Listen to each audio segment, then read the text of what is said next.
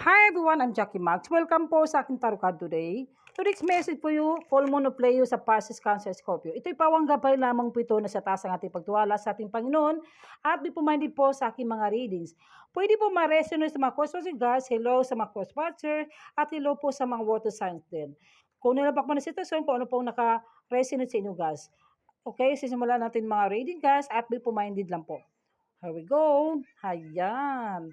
The Two of Swords, masyado kang nagdadalawang isip, God, na confused ka sa mga plan mo, pupunta ka doon, o may mga bagay-bagay na kailangan mo tong tanggapin ng mga alok sa'yo na oportunidad, o masyado kang needy o clingy sa mga problema na absorb mo sa mga surrounding people. Alisin mo yung takot mo.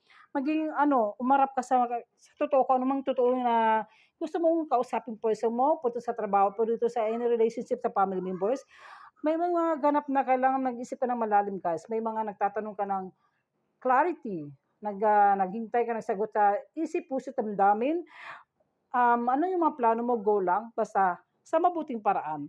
At kailangan ay may mga bagay-bagay na dalawang isip na parang gusto mong lumayo o gusto mong magtrabaho ng ibang bansa, baka mag-cheat naman o mag-cheat naman itong partner mo, kailangan pag-usapan at ayusin mabuti. Two of Cup, umaapaw talaga. Do not give up on people and love sa plano na sa negosyo, sa career, kung anong mga visa naman ito, work for ibang bansa, kailangan tanggapin mo. Meron ka mga bagay-bagay na responsibilidad na asikasuhin yung mga anak mo, either partner mo, kung ano man ito, kailangan ay paglaban mo ito. The Eight of Wands, the blossom of love, talagang panalo ka naman sa person mo, kailangan yung hugot sa pagtusa, yung pagtiwala.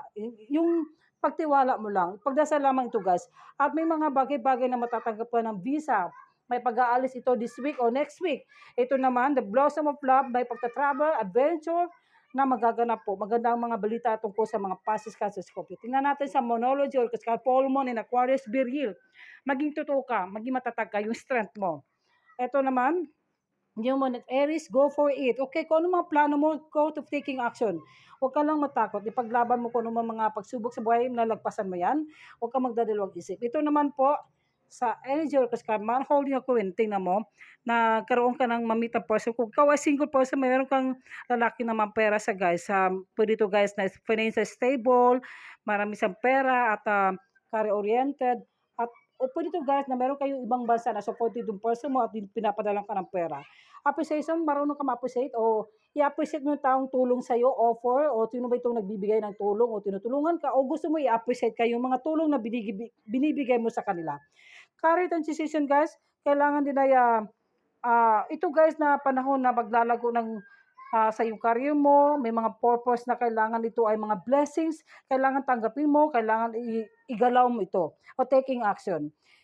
Ito naman, clear audience.